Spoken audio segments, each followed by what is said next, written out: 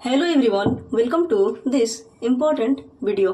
पिछले वीडियो में हम लोग एक्सरसाइज 1.1 के पहले से लेकर 3 तक के प्रश्नों को सॉल्व कर चुके हैं। आज इस वीडियो में हम लोग चौथे और 5वें प्रश्न को सॉल्व करने वाले हैं। तो आइए शुरू करते हैं।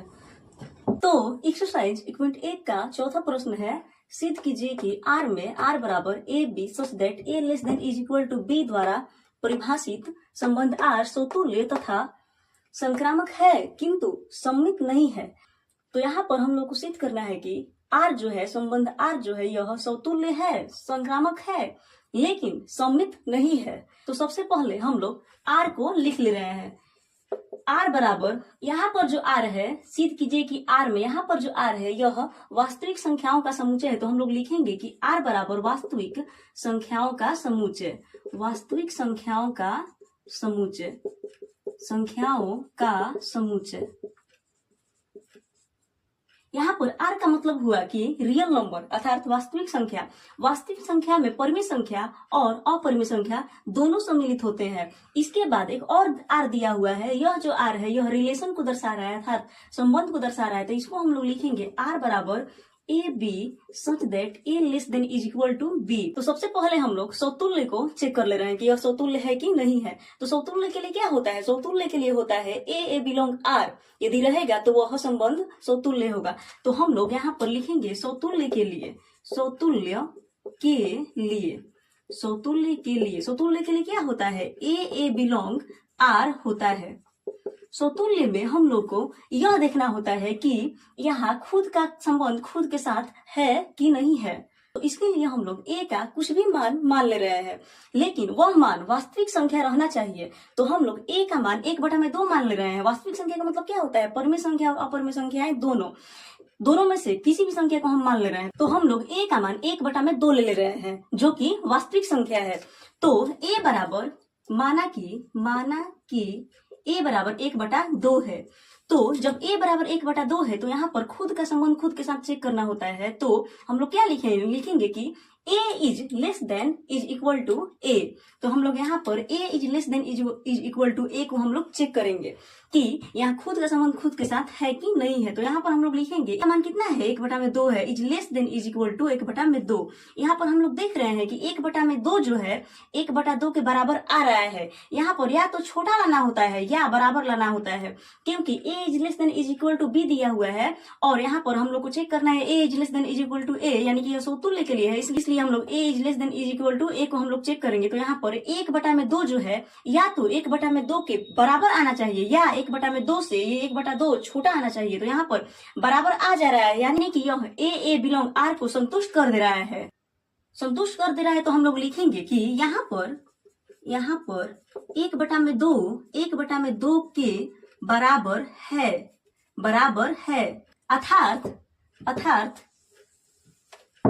अर्थात यह A is less than is equal to A को संतुष्ट कर रहा है, को संतुष्ट कर रहा है, यानी ए बिलोंग आर है।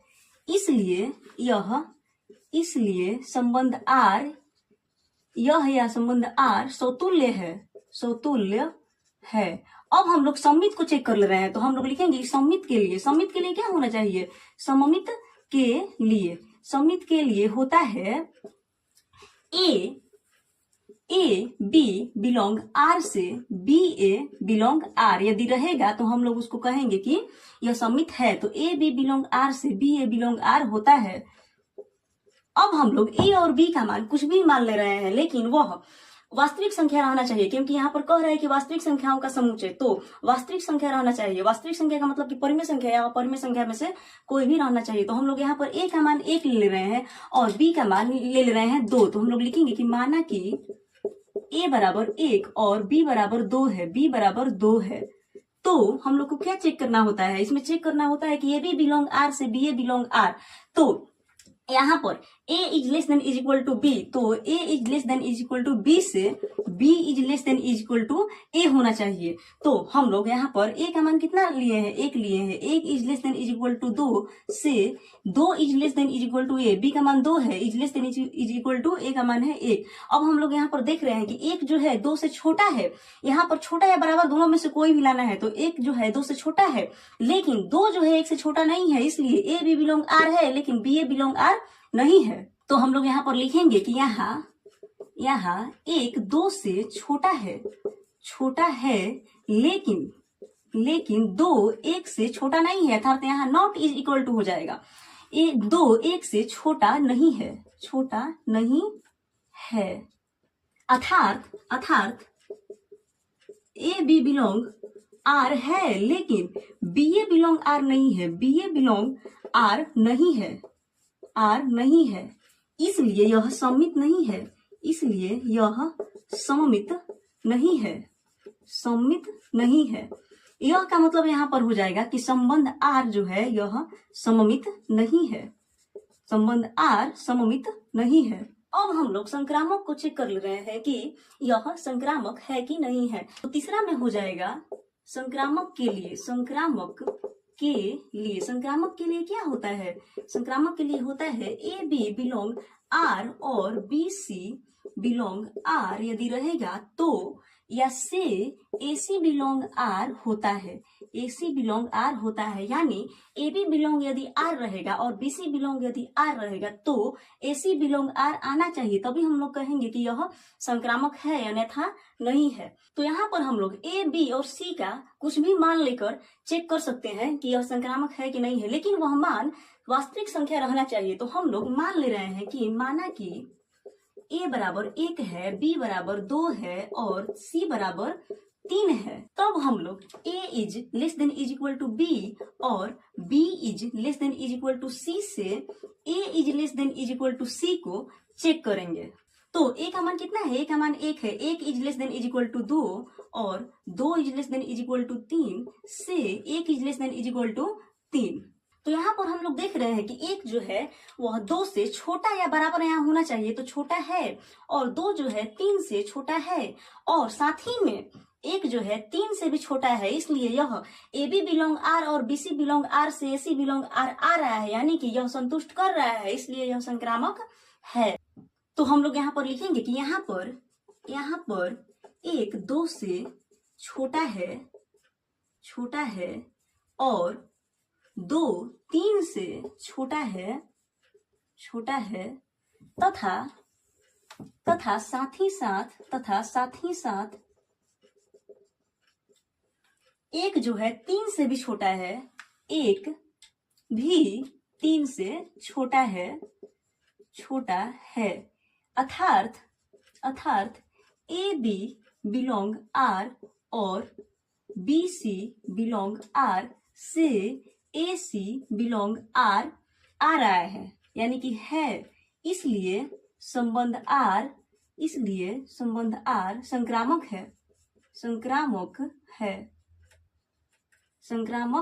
है। अब हम लोग लिख देंगे कि अतः संबंध आर स्वतुल्य और संक्रामक है, लेकिन सममित नहीं है, प्रूव्ड, यानी कि सिद्ध हो गया। अब हम लोग 5वें प्रश्न को सॉल्व करेंगे। तो 5वां प्रश्न है, जांच कीजिए कि क्या आर में आर बराबर A B such that A is less than is equal to B cube द्वारा परिभाषित संबंध स्वतुल्य, सममित अथवा संक्रामक है। तो यहाँ पर जांच करना है कि यह स्वतुल्य है, सममित है, संक्रामक है। तो सबसे पहले हम लोग यहाँ पर लिखेंगे कि आर बराबर, यहाँ पर जो आर है ये वाला आर यह रियल नंबर है अर्थात वास्तविक संख्या है। तो हम लोग लिखेंगे कि वास्तविक संख्याओं का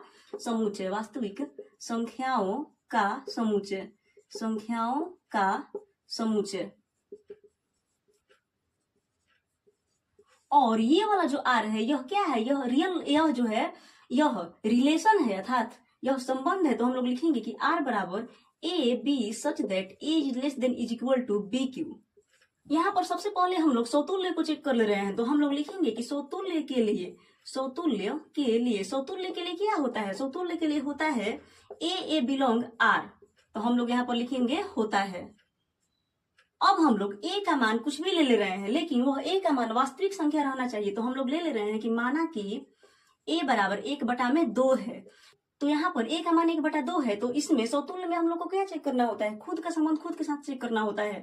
तो हम लोग यहाँ पर ए is less than is equal to B cube के स्थान पर ए is less than is equal to a cube लिखेंगे, और इसको हम लोग चेक करेंगे कि यह समतुल्य है कि नहीं है। तो यहाँ पर हम लोग लिखेंगे तो a is less than is equal to a cube, और इस पे हम लोग ए का मान डालेंगे। तो ए का मान कितना है, 1/2, 1/2 less than is equal to 1/2 का क्यू। तो यहाँ पर हम लोग देख रहे हैं कि 1/2 और 1/2 का क्यू कितना हो जाएगा, 1/8 हो जाएगा। तो यहाँ पर हम लोग देख रहे हैं कि 1/2 जो है यह या तो 1/8 से छोटा होना चाहिए या 1/8 के बराबर होना चाहिए। तो यहाँ पर बराबर तो है ही नहीं और न ही छोटा है, क्योंकि यह 1/2 जो है यह 1/8 से बड़ा आ रहा है, छोटा नहीं है। तो हम लोग यहाँ पर लिखेंगे कि यहाँ 1/2 1/8 से छोटा नहीं है, छोटा नहीं है। इसलिए यह हो जाएगा अर्थात A not belongs to R है। यहाँ पर जो है not is equal to R आया है, तो हम लोग यहाँ पर लिखेंगे कि अर्थात नहीं, हम लोग यहाँ पर लिखेंगे कि इसलिए यह के स्थान पर हम लोग लिख देंगे कि संबंध आर स्वतुल्य नहीं है। अब हम लोग सममित को चेक कर ले रहे हैं। तो सममित के लिए क्या होता है, सममित के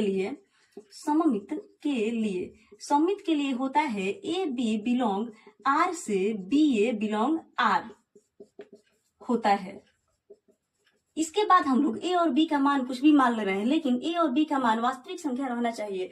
तो हम लोग ए का मान ले रहे हैं 1 और बी का मान ले रहे हैं 2। बी का मान हम लोग ले रहे हैं 2। माना कि ए बराबर 1 और बी बराबर 2 है, तो हम लोग को क्या लाना पड़ेगा ए बी बिलोंग आर से बी ए बिलोंग आर। तो यहाँ पर हम लोग को लाना पड़ेगा a is less than is equal to B cube से b is less than is equal to a cube. तो यहाँ पर ए का मान कितना है, 1 है, less than is equal to B का मान कितना है, 2 है, 2 का क्यू हो जाएगा, से बी का मान कितना है, 2 है, is less than is equal to ए का मान कितना है, 1 है, 1 का क्यू हम लोग करेंगे। तो यहाँ पर 1 less than is equal to 8 से यहाँ पर 2 is less than is equal to 1 आ रहा है। तो हम लोग यहाँ देख रहे हैं कि 1 जो है 8 से छोटा है, यहाँ पर 1 8 से छोटा या बराबर आना चाहिए, तो 1 जो है 8 से छोटा आ रहा है, लेकिन 2 जो है 1 से छोटा नहीं आ रहा है, इसलिए यह सममित को संतुष्ट ही नहीं कर पा रहा है। तो हम लोग यहाँ पर लिखेंगे कि यहाँ पर 1 8 से छोटा है, लेकिन 2 1 से छोटा नहीं है। यहाँ पर हम लोग नॉट इज इक्वल टू लगा देंगे, 1 से छोटा नहीं है। अर्थात ए बी बिलोंग आर है, लेकिन B A not belongs to R है। इसलिए यह का मतलब हो जाएगा कि संबंध आर जो है आर सममित नहीं है। अब हम लोग संक्रामक को चेक कर ले रहे हैं कि यह संक्रामक है कि नहीं है। तो संक्रामक के लिए क्या होता है, संक्रामक के लिए होता है ए बी बिलोंग आर से, या ए बी बिलोंग आर और बी सी बिलोंग आर से ए सी बिलोंग आर होता है। तो यहाँ पर हम लोग ए बी और सी का मान कुछ भी लेकर चेक कर ले रहे हैं कि यह संक्रामक है कि नहीं है, लेकिन वह कुछ भी जो लेंगे वह वास्तविक संख्या रहना चाहिए। वास्तविक संख्या का मतलब कि परिमेय संख्या और अपरिमेय संख्या दोनों में से कोई भी रहना चाहिए, यानी कि वास्तविक संख्या में परिमेय संख्या और अपरिमेय संख्या दोनों इंक्लूड होते हैं। तो हम लोग यहाँ पर ए बी सी का मान ले रहे हैं। तो हम लोग ए का मान ले रहे हैं 3, बी का मान ले रहे हैं 3/2 और सी का मान ले रहे हैं 6/5। और हम लोग यहाँ पर लिख दे रहे हैं कि माना कि ए बराबर 3, बी बराबर 3/2 और सी बराबर 6/5 है। अब हम लोग इसके बाद क्या लिखेंगे कि तो a is less than is equal to B cube और B is less than is equal to c cube से हम लोग को क्या लाना है, ए is less than is equal to c cube. तो ए का मान कितना है, ए का मान है 3 is less than is equal to B का मान कितना है, बी का मान 3/2 का क्यूब हम लोग करेंगे और बी का मान कितना है 3/2 is less than is equal to c का मान कितना है 6/5 का हम लोग क्यूब करेंगे। से हम लोग को क्या लाना है, ए is less than is equal to c cube, तो ए का मान है 3 less than is equal to c का मान कितना है 6/5 का क्यूब। इसके बाद हम लोग आगे सॉल्व करेंगे तो क्या आएगा, आएगा 3 is less than is equal to 3/2 का हम लोग क्यूब करेंगे तो कितना आ जाएगा 3 3 9 9 3 27/8 आ जाएगा। और यहाँ पर क्या आएगा, यहाँ पर आएगा और यहाँ पर आएगा 3/2 is less than is equal to 6 का क्यूब कितना होता है 216 और 5 का क्यूब कितना होता है 125। तो हम लोग यहाँ पर लिखेंगे 216/125 से हम लोग को क्या लाना है 3 is less than is equal to 6 का क्यूब कितना हो जाएगा 216 हो जाएगा और 5 का क्यूब कितना हो जाएगा 5 का क्यूब हो जाएगा 125। यहाँ पर हम लोग देख रहे हैं कि 3 जो है यह 27/8 से छोटा है और 3/2 जो है यह भी 216/125 से छोटा है, लेकिन 3 जो है यह 216/125 से छोटा नहीं है, इसलिए यह संक्रामक नहीं है। यहाँ पर हम लोग लिखेंगे कि 3 is less than is equal to, यहाँ हम लोग भाग देंगे तो 3.3 आएगा और यहाँ पर हम लोग लिखेंगे 3/2 is less than is equal to, यहाँ पर हम लोग भाग भी दे रहे हैं तो 1.5 आएगा। Is less than is equal to यहाँ पर हम लोग भाग देंगे 125 से 216 में तो कितना आएगा 1.7 आएगा समथिंग। और से यहाँ पर हम लोग भाग देंगे 3 is less than is equal to, यहाँ पर भाग देंगे हम लोग तो 1.7 आएगा। तो यहाँ पर हम लोग देख रहे हैं कि 3 जो है 3.3 से छोटा है, 1.5 जो है यह 1.7 से छोटा है, लेकिन जो 3 है यह 1.7 से छोटा नहीं है, यानी कि यह 3 is not is equal to 1.7 है। तो हम लोग यहाँ पर लिखेंगे कि यहाँ पर 3 27/8 से छोटा है, 3/2 216/125 से छोटा है, लेकिन 3 216/125 से छोटा नहीं है। अर्थात ए बी बिलोंग आर है, बी सी बिलोंग आर है, लेकिन ए सी बिलोंग आर नहीं है, यानी कि नॉट बिलोंग टू आर है। इसलिए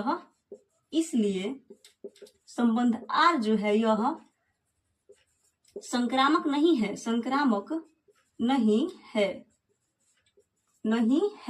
अतः जो पांचवा है यह न तो समतुल्य है, न ही सममित है और न ही संक्रामक है, अर्थात न तो रिफ्लेक्सिव है, न सिमेट्रिक है और न ही ट्रांजिटिव है। आशा करती हूँ आप लोगों को क्वेश्चन नंबर 4 और 5 का सोल्यूशन समझ में आया होगा।